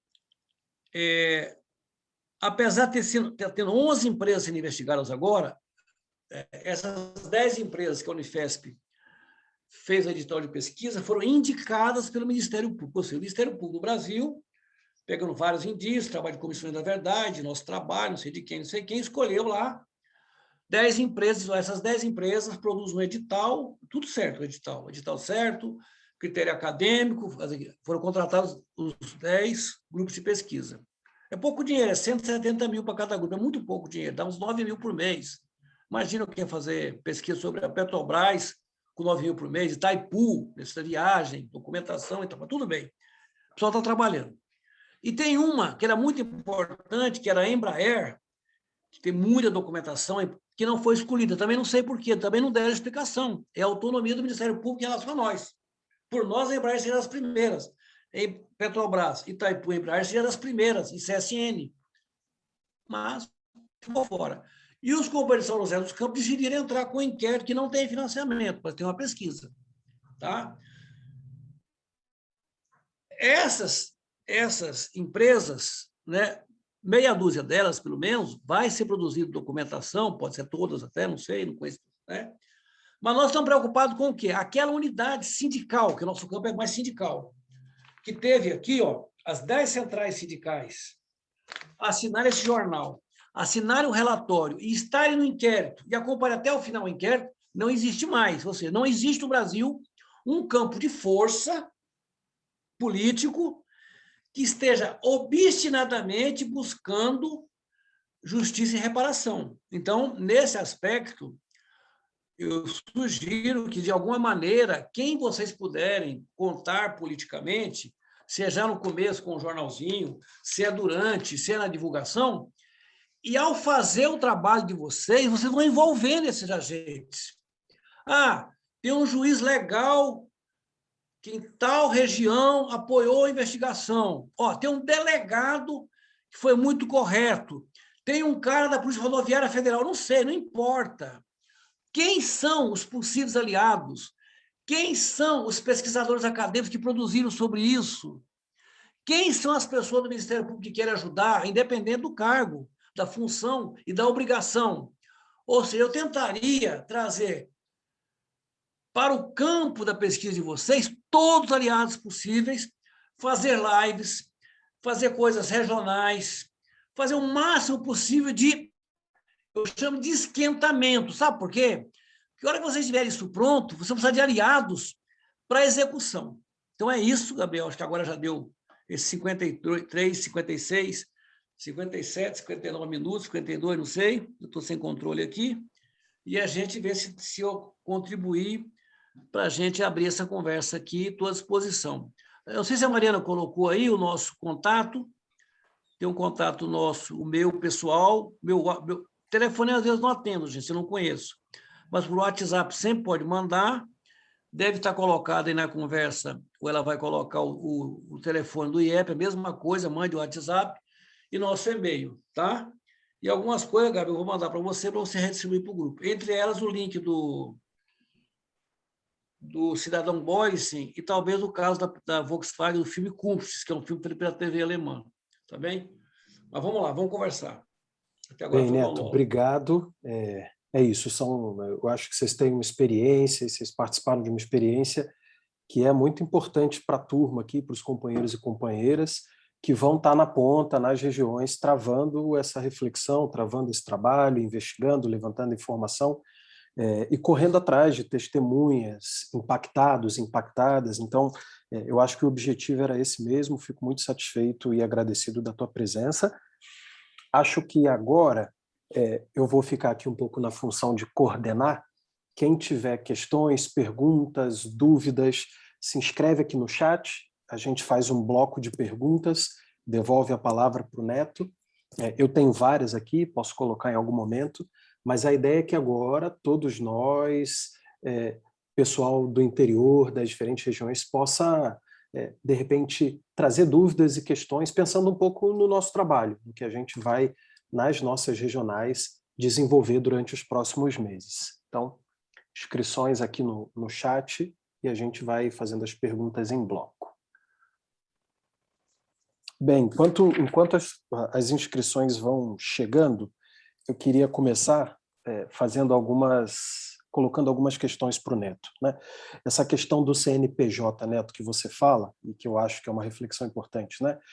Muitas vezes as empresas no campo não têm estatuto jurídico, é isso que você fala, não tem CNPJ, né? É um fazendeiro que bota lá seu jagunço, é um fazendeiro que contrata policial, mas pela própria natureza das áreas rurais, você não tem documento, você não tem formalização de relação de trabalho, enfim, né? Então, isso coloca uma questão, me parece, para os companheiros e companheiras aqui, que é como produzir elementos ou evidências para testar ou para responsabilizar um agente privado, né? E aí se coloca, num segundo momento, a importância da história oral, né? Do testemunho, da entrevista, que eu acho que é um ponto, de fato, chave, que é isso, né? Na iminência de não ter elemento documental, vestígio, contrato, reportagem, o que resta em muitas situações é o relato, né? Me parece que o relato vai ser uma peça central. Então, se você puder ajudar a turma a ter mais elementos ou discussões sobre isso, me parece importante. Para não monopolizar a palavra e passar, eu queria que você pudesse falar um pouco mais desse segundo ponto, que talvez seja o ponto mais interessante para a gente, ou mais factível, que é o da entrevista, de colher depoimentos, né? O que você daria de dicas para a turma nas diferentes regiões que muitas vezes vão entrevistar um familiar de atingido ou atingidos diretamente, né? Pensando que nas áreas rurais não necessariamente os conflitos passavam diretamente pelo mundo do trabalho. Muitas vezes é uma terra grilada, é uma jagunçagem, é uma destruição de patrimônio, destelhamento de casa, toca-fogo, por aí vai. Então, Sabrina está com a mão levantada e depois a turma pode ir se inscrevendo no chat, aí se tiver dúvidas. A palavra está com a gente agora. Sabrina. É um pouco nesse sentido que você colocou também, Gabriel, que é essa coisa do CNPJ rural, né? Me parece que a gente tem alguns desafios aí no meio rural, para identificar casos de violência isolados, né? Vamos dizer, é isso, é um despejo de um poceiro, é uma grilagem de terra, me parece que um formato, um local mais fácil, vamos dizer, da gente encontrar alguma coisa também, via sindicato dos trabalhadores rurais, não sei, por conta das greves, né, e da repressão às greves, que já desde a época da ditadura, não é de agora, como a gente vê com os indígenas, né, a unidade entre polícia e jagunços, porque, inclusive, os jagunços geralmente são policiais que fazem bicos, né, isso já vem desde a época da ditadura militar, até pela própria origem da polícia militar, e isso no interior é muito, muito refletido até os dias de hoje, quando a gente teve um caso lá, por exemplo, de Galha, de ameaça de despejo, e a jagunçagem do fazendeiro eram policiais militares. Enfim, agora mais por conta dos clubes de tiro ainda, né, desenvolvidos aí nesse governo do Bolsonaro, dessa repressão e tudo mais. Mas são duas questões, então, né? Realmente essa dificuldade da gente identificar casos, né? Às vezes é uma família de poceiros que saiu e não tem mais raízes na região, enfim, aí fica realmente um pouco difícil. E esse roteiro de entrevistas que você falou também, que seria muito importante para a gente ter isso disponibilizado, porque acho que facilitaria a gente, obviamente, dadas as devidas proporções aí, né, do urbano e do rural e tudo mais, mas a gente identificar, a gente ver, pensar como essa entrevista poderia ser feita, né, esse roteiro da Comissão da Verdade, se não me engano que você falou. E então isso também seria muito interessante para a gente ser disponibilizado. E, por fim, essa ideia da articulação regional com outros atores, né? Quer dizer, essa questão sindical, por exemplo, eu acho que ela pode ser. Eu sou da região do Vale do Paraíba, né? Então, a ideia de procurar aí tanto gente no movimento sindical como pessoas das universidades que têm pesquisado as regiões, né? As universidades regionais, inclusive, né? Que tem pesquisado as regiões, muitas vezes num curso de história você encontra alguém que fez algum TCC, alguma coisa sobre o tema, e aí você vai encontrar quem pesquisou a região nesse período da ditadura. Eu acho que essa proposta, e aí fazer atividades conjuntas de articulação de diversos movimentos, é realmente muito importante, tanto para identificar casos, na ajuda da identificação de casos também, como para uma futura divulgação do trabalho e de até judicialização, né, das questões. Perfeito, obrigado, Sabrina. Mais questões nessa primeira rodada? Mais alguma observação? Fátima, Renê, Adriana, Rafael, Luciano, Lucas, Magnólia. Agora a palavra está com a gente, povo. Aproveita para tirar dúvida. O que pensou? No que a fala do Neto provocou vocês? Quanto tempo vocês têm até terminar, Gabriel? Desculpa. A gente vai até umas 17, Neto. Talvez não, aí no ano. Quanto tempo vocês têm a pesquisa toda, tudo? Quanto tempo é? 4 meses de pesquisa Vocês nas estão regiões. Por pouco tempo, né? Mas isso, por enquanto, 4 meses, com algumas perspectivas, mas nada confirmado. Eu acho que alguém ia falar na hora que o Neto fez a pergunta. Eu estava falando assim, eu acho relato aí do Neto, né? Estou bastante assim, contemplado aí. Agora, é muito grande, assim. Tudo isso que ele apresentou, né, mostra muita experiência, né? Muito, vamos dizer, tem um domínio da coisa, sabe assim a dificuldade, onde estão as dificuldades e onde poderia talvez assim levantar elementos assim, né, que comprova assim, né, vamos dizer, essa ou aquele fato aí, né? Agora, é um trabalho, e veio assim, não é um trabalho que você faz sozinho, você tem que pensar com outras pessoas junto, com coletiva, e sobre isso aí, como é que você poderia fazer melhor para levantar certas coisas e para ter um certo rigor no trabalho aí, né? Nos elementos que você quer levantar. Então, é um desafio muito grande. Mas a colocação foi bastante boa e queria até ouvir mais uma vez e tudo, né? Porque é muito rico, né? Os fatos que ele coloca, né?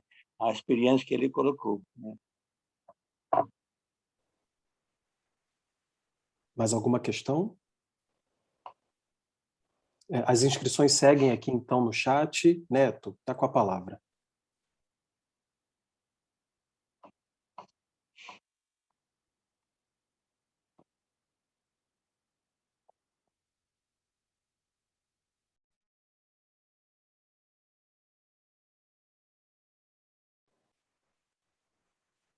Neto, você está aí? Não, é que eu tiro o som para poder não perturbar. Voltei. Obrigado, Mariana.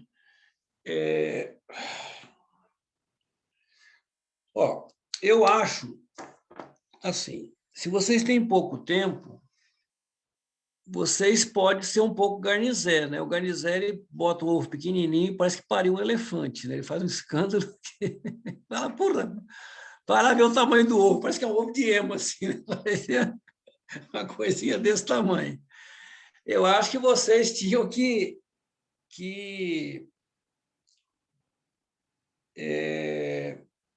ter um material de divulgação, quase um apelo à cooperação de todos. E eu acho que pode ser até o mesmo material para um acadêmico que já fez pesquisa, e é engraçado porque a gente, às vezes, não leva em conta os TCCs, né? Porque, como pouca gente publica relativamente, aí você vai ver, eu fico muito chateado quando uma coisa que eu levei um tempão pesquisando, e teve uma porcaria ali de um menininho, uma menininha que fez um puta de um trabalho, eu falo, cacete, que trabalho bom, como é que o idiota aqui não conhecia, né? Ou você começa, mas fulano fez um trabalho sobre isso, aí tipo, você fala, puta que pariu, eu perdi um puta tempo aqui, essa pessoa já tinha feito, né? E nisso aparecem até muitas coisas assim, localizadas, né? Bom, por que eu estou falando isso? Porque, então, eu reforço um pouco o que eu falei. Eu acho que tem que ter um material de anunciação. Vai ter uma pesquisa, eu acho que não pode ser um material frio, ele tem que ser apelativo no bom sentido, tipo, nós vamos pegar eles, queremos elementos para isso, entendeu? A gente não esquece, né?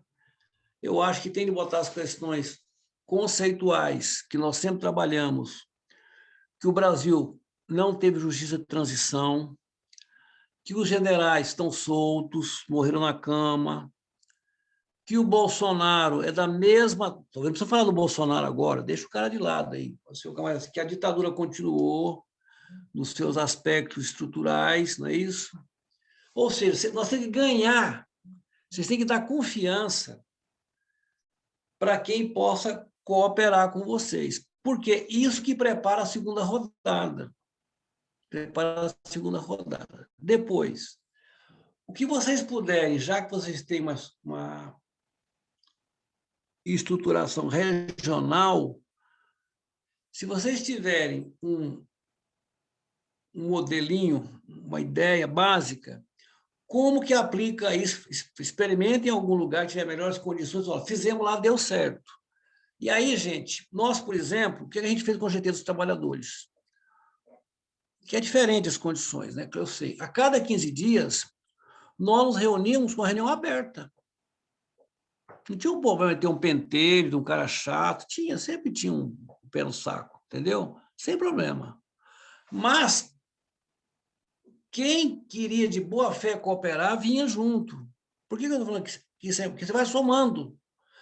E você vai fazendo uma coisa muito importante, que é publicizando a sua luta. Eu vou dizer para vocês, eu acho que as pessoas até vinham nos ajudar no caso Volkswagen, mas ninguém acreditava que a gente ia conseguir alguma coisa. Ninguém acreditava. Ninguém. De verdade, ninguém acreditava. Porra, estava caminhando para eleger esse demente. Tá certo? Não, primeiro caminhando para a Dilma despencar. Despencou. Os caras conseguiram derrubar a Dilma. Ela mal tinha sido eleita, já foi contestada, em 2015 já começa aquela pedreira. Segundo, nós estamos numa situação política péssima, porque o governo não teve peito para encarar os generais e propor constituir a Comissão Nacional da Verdade. E os doidos saem com inquérito contra a maior montadora brasileira, que é a Volkswagen. Os argentinos falaram para nós, não façam isso. ache uma empresa média. Pequena não vale a pena, muito grande vocês não vão ganhar. Mas a Volkswagen tinha tanto documento, que a gente optou pela Volkswagen. E nós estávamos certos. Tinha documento para condená-la. E tem ainda. Tanto é que agora, se vocês estão sabendo, tem um outro inquérito aberto lá no Pará, da Fazenda Vale do Rio Cristalino. Essa documentação do Rezende, que também é padre, mas eu prefiro chamar de professor, Ricardo Rezende, que também é frei, nem é padre, é frei, nós levamos no Ministério Público aqui em 2015. O procurador não aceitou. Ele não aceitou, da Fazenda. O livro do Wolfgang Sauer, O Senhor Volkswagen, esse filho da mãe vai lá no Papa, que era o Ratzinger, né? Vai no Papa pedir, era antes, né? A interdição de Dom Paulo Evaristo. Pedir para afastar Dom Paulo, que era um bispo comunista. O Wolfgang Sauer escreve no livro dele, dessa grossura de 700 páginas, o senhor Volkswagen, ele escreve isso, que ele foi pedir ao Papa o afastamento de Dom Paulo Evaristo. Olha o nível de coisa. Então, é uma coisa tão poderosa que o procurador fica assim. Tipo assim, é muita carga do meu caminhãozinho. Isso vai acontecer. Porque a carreira dele está em jogo. Então, nós que temos que ser o chato da história. Tudo bem, o senhor não pode, ok, vamos fazer o que for possível. Mas tanto é que nós tínhamos razão que abriu o inquérito lá agora. E abriu principalmente, sabe por quê? Porque foi publicado na Alemanha a coisa, na Europa, mais uma vez. Entendeu? Então, o que eu quero dizer? Vocês têm que publicizar isso. Publicizar. O STED sempre tem aquela história, né? Ele fala que não adianta a proteção individual. Quanto mais você está no meio da massa, quanto mais você está mais protegido. Eu acho que ele falou muitos anos atrás, ele falava esse negócio. Não, vocês têm que estar na ação, na massa, para estar protegido. Não adianta você se esconder ou querer ter um segurança para garantir isso. Aí é bobagem, não é? Então, o que eu acho? Acho que vocês têm que ter uma anunciação, poderiam fazer a região que for mais favorável, alguma experiência muito rápida, de 15 dias, 20 dias, já que tem só 4 meses. O que nós fizemos foi juntar num lugar, tipo assim, estamos começando o projeto aqui na região, venha na reunião tal. Como agora a quarentena diminuiu, eu acho que é possível fazer. E até porque são localidades que as pessoas se conhecem e se conversam e se convergem. Dizer, é isso. E aí lá, dizer, estão buscando casos disso, qual é o tipo de crime que está no projeto de vocês, qual é o tipo de vitimados, não é isso? Estão buscando isso. Quem conhece? E tem coisas interessantes. Quando nós fizemos a audiência da Comissão Nacional da Verdade em Ipatinga, que é os Minas que mandam na cidade, mas mandam em tudo. Eu estava com um casal amigo, que são lá da cidade, e eu vi uma pessoa, mas teve mais de uma, chegou na porta do fórum, audiência aberta, procurou a companheira e falou, queria falar com você, cumprimentou a companheira e disse, mas eu estou com problema com a minha família, que legal que vocês estão aqui, foi embora. Sabe o que ele fez? Ele entregou denúncia escrita para ela.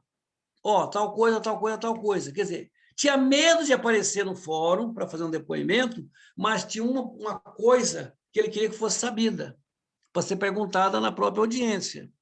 Talvez você encontre situação assim, eu não sei, não conheço cada região, mas eu faria um material, repetindo, de divulgação do projeto, bem objetivo, curto, de leitura fácil, dizendo, nosso objetivo é esse, nosso prazo é esse, estamos convidando, colocaria tudo nas redes sociais, deixava um endereço, se possível, não pessoal, para as pessoas remeterem.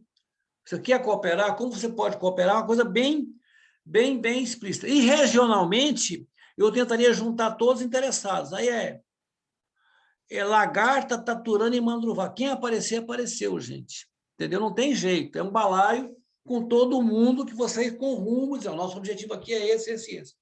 E lembrando que a coisa oral sempre é demorada. Então, vocês têm que ter, ao conversar com a pessoa, respeitando muito o jeitão da pessoa, tentar ter uma certa objetividade, o que a pessoa sabe daquilo que sejam os objetivos da investigação de vocês.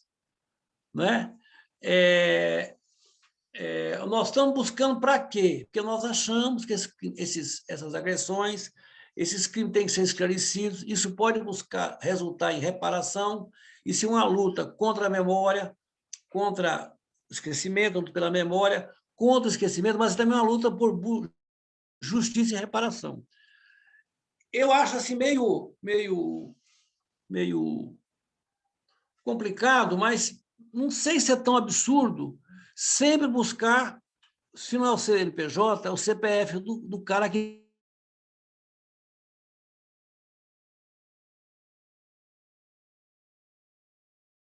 Cortou aqui para mim. Para as pessoas, quem era o... Caiu alguma coisa aí. Quem era o interessado no crime ou na violação. Esse roteirinho, eu acho, o Gabriel conhece.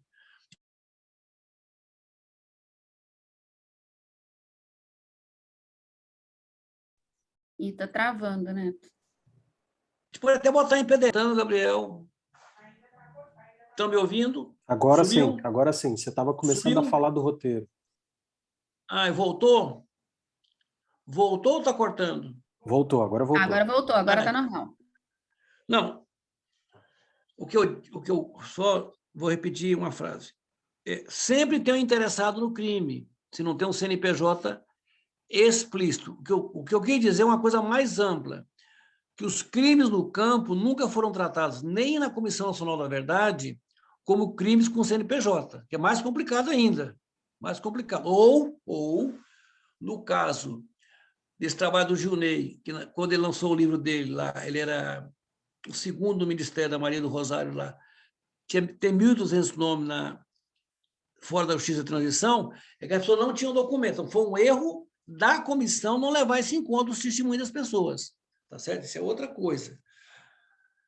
Eu não sei se eu consigo falar mais do que fazer um material de divulgação chamando a todos.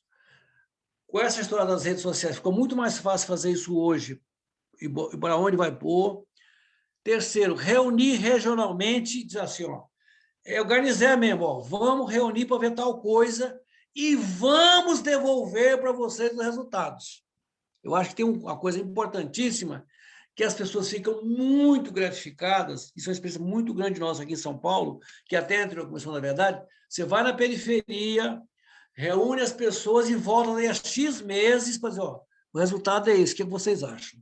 Eu acho que é coisa muito importante, porque senão a gente transforma o vitimado, o pesquisado, em ratinho de laboratório, entendeu? Eu acho que tem que ter um respeito enorme com a pessoa que é pesquisada. Então, olha, valeu isso, foi isso, o projeto está andando, conseguimos tal coisa, isso aqui que vocês falaram, a gente não tem ainda documento, sei lá. Aí outra coisa, tem que ter um respeito enorme com quem a gente dialoga. Não é fácil, porque a gente está sempre devendo, sempre não dando tempo, mas tem que ter isso. Mas o mais importante é diminuir o tamanho do mundo de cada um, né? Então, é uma coisa regional, faz vou chamar de modelito, não sei a palavra correta, e aplica regionalmente, e faz uma experiência localizada. Eu posso até, Gabriel, procurar aqui o PDF daquele caderninho nosso, se mandar, mas não sei se causa mais confusão ou na coordenação de vocês, discuto como fazer um roteiro. Aí é a questão mais da dinâmica de vocês. Acho que é isso, gente, que eu consegui responder. Não sei se faltou alguma coisa, mas me perguntem aí, por favor. Eu acho que tem alguém aqui com a mão levantada, eu não consigo ver quem é. Acho que é a Adriana. Vamos lá, Adriana. Boa tarde, compas. Boa tarde, Neto. Obrigada por tudo. Na verdade, eu estou aqui pensando, né, assim, todo esse tempo que a gente vem construindo o projeto, que a gente vem pensando, e como essas falas, a fala do Neto está me colocando questões, e já aqui projetando como que a gente pode readequar essa questão do trabalho, né, pensando no tempo, na importância, no desafio enorme que é fazer, né? Mas o que eu queria colocar para o Neto, assim, se ele puder aprofundar um pouco mais, porque eu entendi que isso perpassa a fala geral dele, mas que ele pudesse aprofundar um pouco mais no sentido de proteção, né? De como que a gente pode fazer esse trabalho de forma que a gente não caia, né, no descrédito de quem está na região e falar, vocês vêm aqui, fala que tem isso, depois tinha nada. Perdi meu tempo com vocês. Esse é um ponto. O outro ponto é essa questão do jurídico, né, que você colocou no começo da fala, né, como que a gente não se perde nessa relação com o jurídico, mas como que a gente consegue potencializar o jurídico para o nosso lado, né? E o outro ponto é a proteção, que aí eu acho que tem que ver como que faz isso, que é a proteção dos inimigos mesmo, né? Acho que enquanto movimento social a gente tem bastante disso no lombo, né, de proteção, mas eu acho que nesse contexto, né, que é uma coisa nova que a gente está fazendo, que é você falar assim, olha, nós vamos catar o criminoso lá do Pontal e vamos expor, né? E não sei se você pode falar de coisas nesse sentido, né? Pensando que às vezes a gente está em territórios e são territórios às vezes que são isolados, né? Que é difícil o território urbano, né? Que às vezes a gente está até mais vulnerável. Por exemplo, a gente faz a puta reunião, vai embora, quem fica lá, né? Enfim, acho que eu estou colocando para o Neto, que está aqui, que tem, mas é uma coisa que nós, enquanto coletivo, temos que pensar e construir, né? Essa autoproteção, ao mesmo tempo que a gente convoca as pessoas para participar com a gente, né? Ao mesmo tempo que a gente dá visibilidade, né? Ou seja, esse jogo visibilidade, o trabalho e proteção. Mais ou menos isso que eu queria colocar, assim. E aí, as outras coisas, estou pensando, acho que a gente aprofunda mais entre a gente, né, que é o lance, que o Neto falou, né, da gente focar no regional, ir lá e fazer o estardalhaço com aquela que a gente escolher desse período que a gente tem. Obrigado, Adriana. Mais alguém gostaria de colocar alguma pergunta, pensando aí num bloco, a mais para o Neto poder comentar?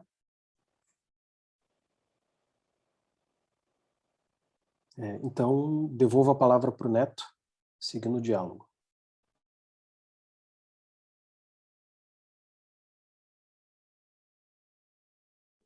É assim, sem conhecer direito, eu acho que vocês têm que fazer realmente uma anunciação. Porque o trabalho clandestino não vai funcionar. As pessoas não vão aparecer. Vai ser pior, vai dar mais medo. Eu acho que está abrindo.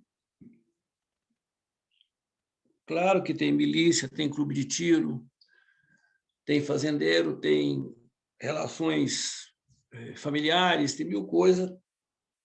Relação de compadrio, relação de mando. O campo é pior nesse sentido, né? Pior que na fábrica, que a fábrica é uma relação estabelecida formal, né? Relação de interdependência, uma independência, né? Mas a gente tem que não ter medo do fracasso, se não tiver nada que prove na região, mas em algum lugar vocês vão provar, não é? Mas tem que ter muito claramente, venha com a gente para fazer tal coisa, venha, que nós estamos investigando a violência no campo e nosso objetivo é buscar justiça. Eu acho que isso é inescapável, porque senão não existe trabalho de vocês, não tem jeito. Agora, claro, alguém individualmente, pessoalmente, pode se fuder. Isso aí é outra coisa, né? Eu, às vezes, pensava na minha segurança, porque eu, às vezes, sou um pouco bocudo, né? E eu digo sempre, para quem eu critico, inclusive os companheiros procuradores, eu falo, a verdade a gente fala para os amigos. Se eu estou sendo duro, eu falo a verdade para os amigos, que eu gosto de vocês. A gente conta com vocês, senão eu mentiria para vocês, enrolaria e tal, não é isso não. Quando eu falo, você pisou na bola, você pisou na bola, porque eu acho que você pisou na bola mesmo. É um jeito de te ajudar na sua carreira, na sua vida. E eu te disse, foram as melhores pessoas que nós tínhamos para trabalhar, e foram esses mesmos, e são ainda, entendeu? Mas temos divergências de encaminhamento. O que eu quero dizer com isso? E não ter medo de trabalhar com quem a gente não concorda politicamente. Eu fui uma vez em Andradina dar um curso lá Foi muito engraçado, porque eu tinha de negociar com o MST, com a FERAESP e com a Federação da Agricultura. Mas, rapaz, aquilo ali era mercúrio, 3 bolinhas de mercúrio que não juntavam, era um negócio de doido. Aí fizemos um curso baseado naquela escola de alternância da Paula Souza, e ainda tinha um protesto na estrada de pequeno agricultor, acho, que não conseguia chegar na escola. Aí fizemos naquela, quem é de Andradina conhece, uma antiga estação de trem, né, que era o Centro Cultural, fizemos lá. Bom, surpreendentemente, era para ter um curso com 20 pessoas, apareceram 70. Apareceram 70 pessoas. Foi uma surpresa. E aí a Secretaria da Cultura arrumou umas marmitas para a gente comer. Foi uma festa do cassino. Foi ótimo, entendeu? Ninguém acreditou que tinha 70 pessoas no curso. E Andradina, que não conhecemos ninguém, foi tudo por intermediação, deu briga lá, quem que era o pai da criança, isso era outra coisa, entendeu? E teve gente que não apareceu, né? Mas eu lembro que a meninada do assentamento, que frequentava a escola, veio em massa, vibraram com a gente lá e tal. Foi ótimo, né? E assim, contamos com aliados inesperados. O diretor da escola foi muito legal, mas não discutia política, cara, discutia o curso, entendeu? Então, eu acho que tem elementos. A prefeitura ajudou, ajudou, porque não tinha como comer, não sei o quê. Foi assim. Então, eu acho que a gente tem que fazer, por exemplo, quando nós fomos encher o saco da Volkswagen, nós fomos buscando um por um, porque a minha geração conhece muita gente militante. Fala, você conhece alguém? Começamos a ir com 8 pessoas, 10 pessoas, 12 pessoas. Nós fizemos reunião dentro do sindicato, o sindicato nunca participou da reunião. Fomos lá, falamos com o presidente do sindicato, São Bernardo, com o secretário, e os caras olhavam para o céu, assim. Tipo assim, esse cara é louco comprar uma briga com a Volkswagen. É louco. Dentro do sindicato fazia reunião e as pessoas olhavam para o céu. Mas também não proibiram de fazer reunião lá. Entendeu? Então, é assim, tem que ser meio safo, muito pragmático nesse aspecto, eu acho. Então, pode ser que tenham dirigentes sindicais, dirigentes rurais, que olhem o que você acha, vocês invasores, não sei o que vão achar, se adoram vocês, se vão achar que vocês estão concorrendo, competindo, não tem a menor ideia do universo de vocês e das forças políticas. Mas me lembrei, Gabriel, não sei como que está agora, me lembrei, assim, posso falar uma bobagem, como que está o pessoal da FERAESP, que é uma coisa específica, não tenho a menor ideia como está, porque o Ernesto foi baleado, depois não sei o que aconteceu, já faz muitos anos essa história, entendeu? Como é que está isso? Mas deve ter até documentação, provavelmente. Né? Não sei, estou chutando, aqui é mais um lugar. E isso talvez tenha alguns tipos de arquivos, né, dessas entidades que possam ser objeto de um trabalho específico. Mas eu, assim, meio para ser meio claro, eu faria uma coisa de muita divulgação, tentaria mapear qualquer pessoa que em algum momento possa estar do nosso lado. Eu falei até delegado. Pode ser um ex-PM, pode ser um juiz, pode ser um advogado lutador. No interior tem muita gente do bem, né, da justiça, assim, que encara problema e se ferra, e às vezes por razões familiares dá uma recuada, mas tem muita gente sábia, muita gente sábia. Eu aprendi, e a gente jovem é meio pretencioso, né? Mas eu aprendi muito cedo, porque eu convivi com a geração mais ou menos do meu pai, que teria 100 anos hoje, é uma geração que veio da ditadura Vargas. Então, a gente, quando começa a militar contra a ditadura, no meio dos anos 60, logo ali 66, 67, eles pareciam muito cagões para a gente era muito fodão, a gente era bom para caralho, entendeu? Eles eram uns velhos meia boca, assim. Mas aqueles caras tinham passado por tortura, por 1000 coisas, entendeu? E eles eram muito cautelosos, olha, tal coisa, tal. A gente rapidamente levou umas porradas no lombo, aprendeu que era bom ouvir um pouco os velhos. E às vezes os velhos não se expunham, eles te davam a pista, Só um folclorezinho, a pessoa mais importante da greve de Osasco é João Batista Cândido, tá? Sem nenhum demérito para o Ibrahim, que foi a liderança, o grande organizador da greve é João Batista Cândido. João Batista Cândido é uma pessoa absolutamente maravilhosa, já falecido. O Cândido, ele entrou na Cobrasma, trabalhou 8 anos e organizou aquela greve, 8 anos na moita. Quando teve a greve, ele era secretário-geral do sindicato e tinha sido presidente da comissão de fábrica da Cobrasma. É uma figura lindíssima, os depoimentos dele são maravilhosos. O Cândido, quando vem a repressão em 68, depois da greve, ele fez uma lista de 70 pessoas que nunca mais arrumaram emprego na região de Osasco. Nunca mais. A região oeste nossa aqui. E foi trabalhar em São José dos Campos. Lá ele conheceu um jovem que viria a ser o presidente do sindicato, que é o Zé Luiz, trabalhando junto, e os caras ficavam putos com aquele velho sábio pra caralho, né? Dava muita dica para eles para organizar a fábrica, não ia nunca no sindicato. Pô, ele é um cara que estava fudido, cagado, largou a casa aqui, levou a família para lá e tal. Então ele sabia que não podia se expor, ele não podia se expor, nem perder outro emprego em São José.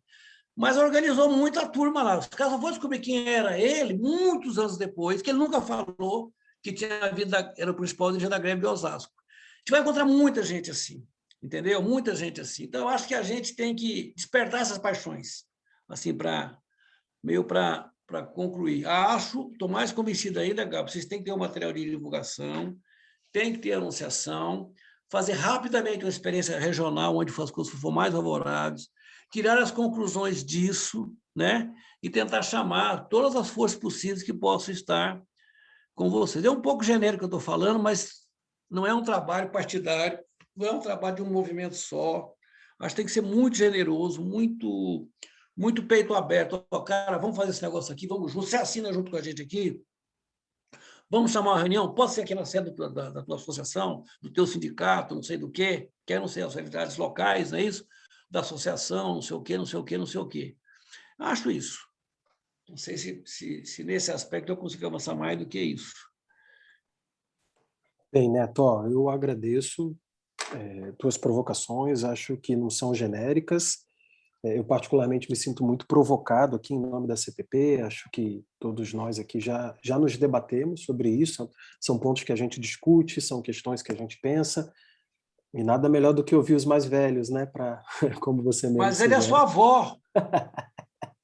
Nada melhor do que ouvir os mais velhos para a gente repensar um pouco a nossa prática mesmo. E acho que você traz questões muito importantes que vão desde as nossas articulações nas regiões, para a gente se munir de experiências, de relatos, saber quem conhece alguém que passou por isso, vivenciou, desde uma questão mais tática e de estratégia também da condução dos trabalhos, né? Tentando responder algumas coisas, mas também já caminhando para o nosso fechamento, em função da hora, né? Eu vou pedir para que quem tem alguma observação coloque aqui, é a nossa última inscrição, para a gente poder avançar. Quem quiser fazer algum comentário, quem quiser compartilhar alguma reflexão, se inscrevam aqui no chat, eu estou de olho. Mas, dialogando com a provocação do Neto, acho que essa ideia de uma divulgação massiva, internamente ao movimento, mas também junto a parceiros, eu acho que ela é de fato importante. Pensar numa experiência, uma região específica onde a gente possa dar esse pontapé para testar, também me parece uma boa provocação. E no mais, queria dizer que a gente está pensando num roteiro para a turma. A ideia é que cada região, acompanhada pela CPP, com a participação do MST, da ABRA, possa se reunir com cada região para pensar um plano de trabalho, porque, querendo ou não, o movimento tem seus quadros mais antigos, tem seus dirigentes regionais que conhecem a história.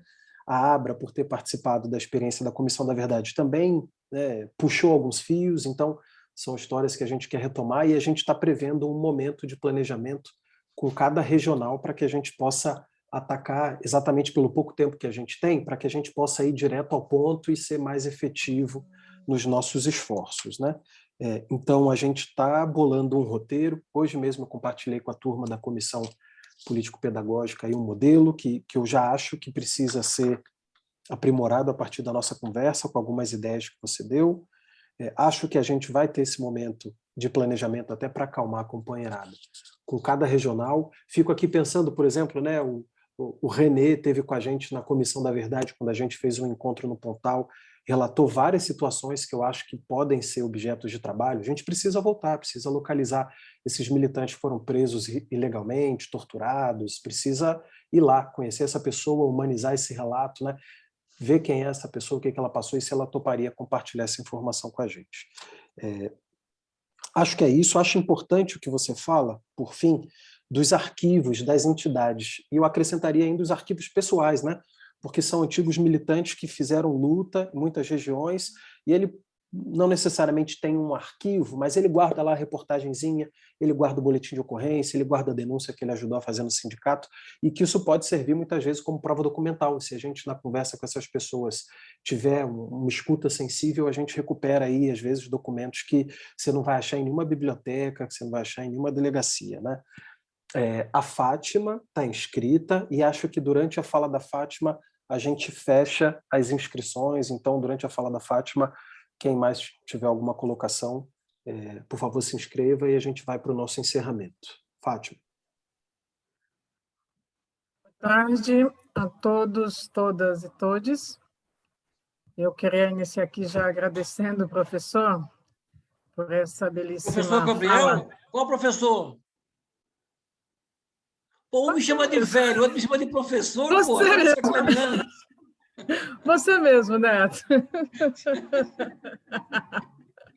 Vamos para a informalidade, né? Agradecer ao Neto, né, por essa belíssima fala, por compartilhar esses conhecimentos conosco nesta tarde.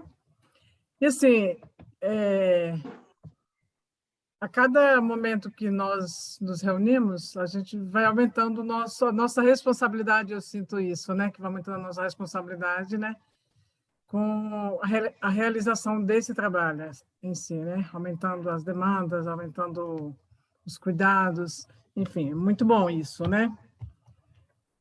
Eu penso que nós, além dos comentários que já foram ditos, do que a gente já tem construído, eu penso que nós temos que tentar envolver, não sei de que forma assim, né? Mas eu acho que é um desafio para cada região envolver principalmente as direções do MST que estão em cada região. Campinas envolver a direção regional que está lá, com a direção estadual. Ribeirão Preto, idem, Vale do Paraíba, idem, para ajudar nessa construção, né? Porque para a gente ir cortando caminhos, né? Porque senão a gente... Porque ele já, ou as pessoas mais velhas, não precisa ser da direção, né? Mas pessoas, as referências que existem ali na região, né? Que já conhecem o presidente do sindicato ou ex-presidente do sindicato, que já conhece o pessoal da igreja católica, principalmente, ou de outra igreja que seja próxima ao movimento, enfim, né? Já conhece os estudantes, para nos ajudar a elaborar esse plano em cada região, né? E terceiro, eu penso na questão dos retornos, né? Quando o Neto falou que essa questão do retorno é importante, né? Nós mesmos aqui, eu sou do Milton Santos, do assentamento Milton Santos aqui nos municípios de Cosmópolis e Americana, né? Então vem muito estudante aqui, vem da Unicamp, vem da Unesp, vem da USP, e os retornos, vem da UFSCar, e os retornos, além das outras universidades aqui próximas, né? E os retornos são pouquíssimos, assim, acho que quase nada, né? Então, muitas vezes a gente até questiona para os próprios estudantes, né? Até alguns meses, um mês atrás, eu acho, veio um pessoal da USP, da Geografia, nós, no processo, na reunião preparativa, a gente questionou a questão do retorno, né? Porque muita gente vem, fala que beleza, vem dar retorno da pesquisa e tal, mas é tchauzinho e pronto, né? A gente não sabe qual foi o retorno. Aí teve um professor que até disse, não, vocês não se preocupem com isso, porque eu, por exemplo, eu estou aqui hoje com a minha turma, vou trazer a minha turma, mas eu aprendi, eu fui aluno, nós não fizemos pesquisa, não demos retorno, mas eu estou me envolvendo, o meu trabalho hoje, o conhecimento que eu tenho é fruto da experiência que eu tive, né? Então, deixou a gente um pouquinho mais tranquilo nesse quesito dos retornos, né? De não exigir tanto retorno, né? Mas é importante, assim, na medida do possível, a gente dar os retornos para as pessoas, né? E outra questão que eu fiquei me perguntando aqui é na questão da segurança, assim, da pessoa, né? Porque muita gente conhece, não quer se expor e, portanto, não quer falar, né? Como que a gente vamos conversar com essa pessoa nessa ideia inicial de ter esse processo de propaganda, de agitação do trabalho, mas, ao mesmo tempo, a gente tem que pensar na questão da proteção dessa pessoa, né? De proteger, porque, de uma certa forma, a pessoa vai se expor, né? Principalmente se for uma mulher, como disse o Neto inicialmente, né? Então, a gente tem que ter esse momento inicial da agitação, da propaganda, da divulgação, mas também a gente, ao mesmo tempo que a gente for fazer as entrevistas, que a gente precisa ter esse cuidado, né? Eu acho. É isso.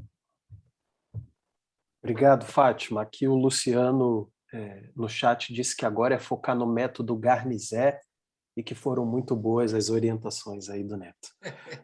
Neto, a palavra está de volta com você. Aproveita para fazer um fechamento. Não tivemos mais inscrições, nenhuma manifestação. E aí, depois do seu fechamento, eu faço o encerramento do nosso espaço de hoje e já te agradeço pela presença.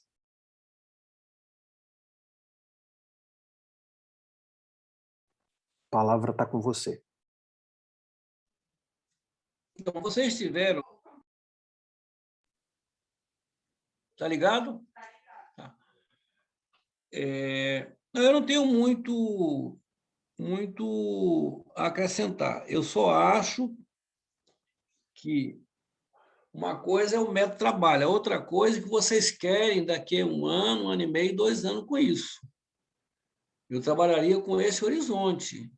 Vocês têm que fazer uma conversa entre vocês, sem querer ser professoral, viu, Maria de Fátima? Sem querer ser professoral, né? Mas, assim,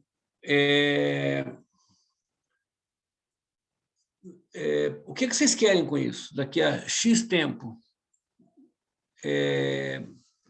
Ter casos exemplares? Claro que vocês sempre vão levar em conta que o ambiente político vai mudar. Vai mudar. Eu acho que isso é muito favorável. Nós pegamos a maré ruim, no caso Volkswagen, isso prejudicou muito o nosso caso no final, muito, porque em volta da gente, todo mundo dizendo assim, não, pelo amor de Deus, vai dar errado, vai dar errado. Pô, foda-se, vai dar errado, vamos para as cortes internacionais, cara, vamos fazer o que a minha família Teles fez com o Ustra. Perde aqui, perde, vai lá, condena o cara lá fora. O Estado brasileiro tem que se explicar. Não a gente tem que se explicar, nós somos vitimados, nós somos sacaneados. Por que é importante isso? Porque quando você tem um primeiro caso pioneiro, você cria um padrão. E eu acho, assim, me perdoa essa pequena incursão política, a discussão da esquerda está muito rebaixada. Mas o grande problema agora é eleger o Lula. Pô, eleger o Lula é o começo do começo, se é que vai ser o começo. Entendeu?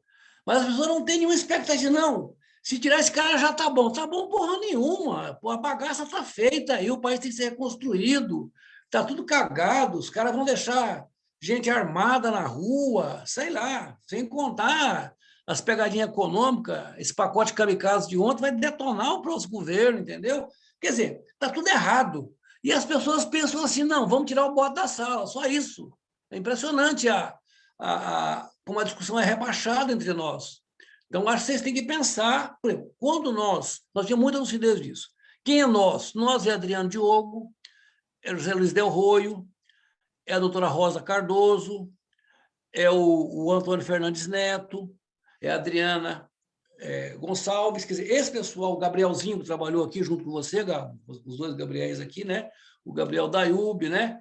Quer dizer, esse grupo de pessoas que tocou todo o inquérito o tempo todo, não é? Em 5 anos tocando, nós dissemos assim, nós não vamos abrir mão desse negócio. Nós queremos um resultado bom.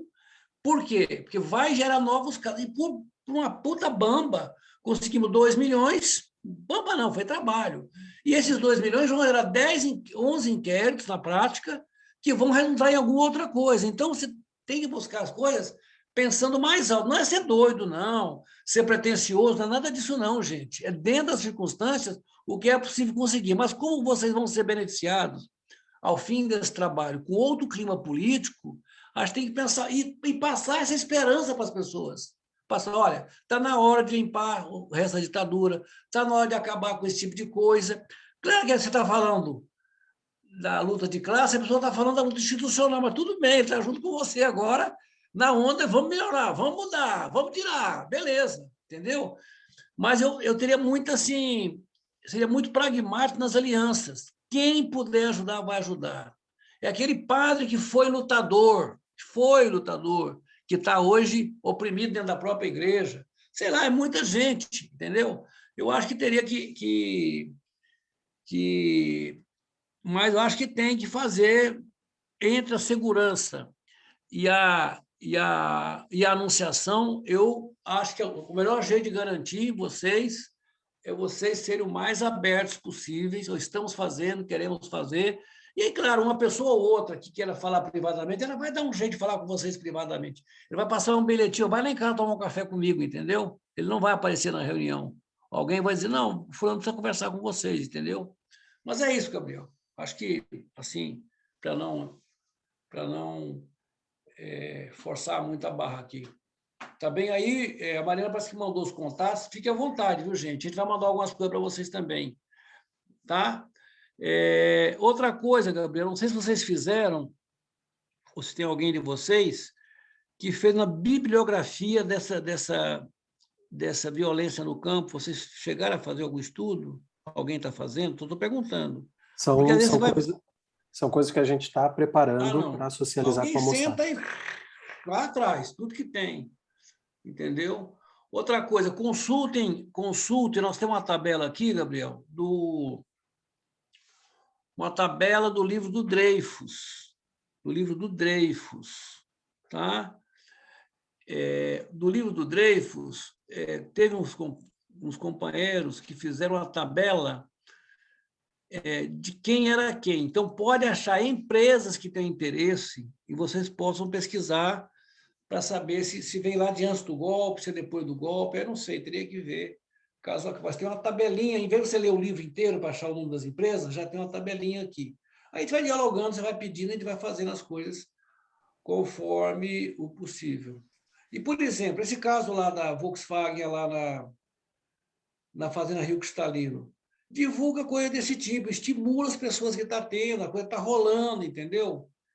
Coisa desse tipo, assim. Mas aí a gente pode ajudar no que for pontual, a gente vai trocando figurinha. E um dia, vamos ver se algum dia a gente pode se encontrar, né? Vocês estão com uma certa idade já, tem medo da quarentena, mas um dia a gente pode ter uma coisa mais presencial, conversar, né? Não sei. Podemos sim, estamos preparando agora em julho, se tudo der certo, uma reunião do grupo presencialmente, né? Mas a gente te mantém informado disso. Com certeza vai ser um prazer contar com a tua presença.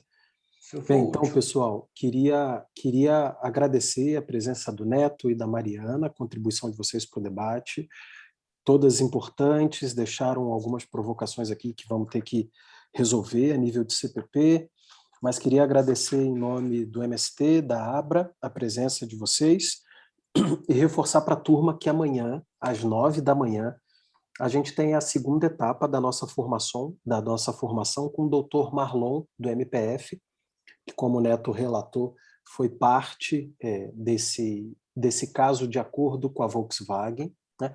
E que também vai contribuir com o nosso debate mais pela perspectiva de definição de lesões, graves violações de direitos humanos, o que é passível de responsabilização ou não, quais são as preocupações propriamente judiciais aí para um eventual encaminhamento dos nossos trabalhos e investigações.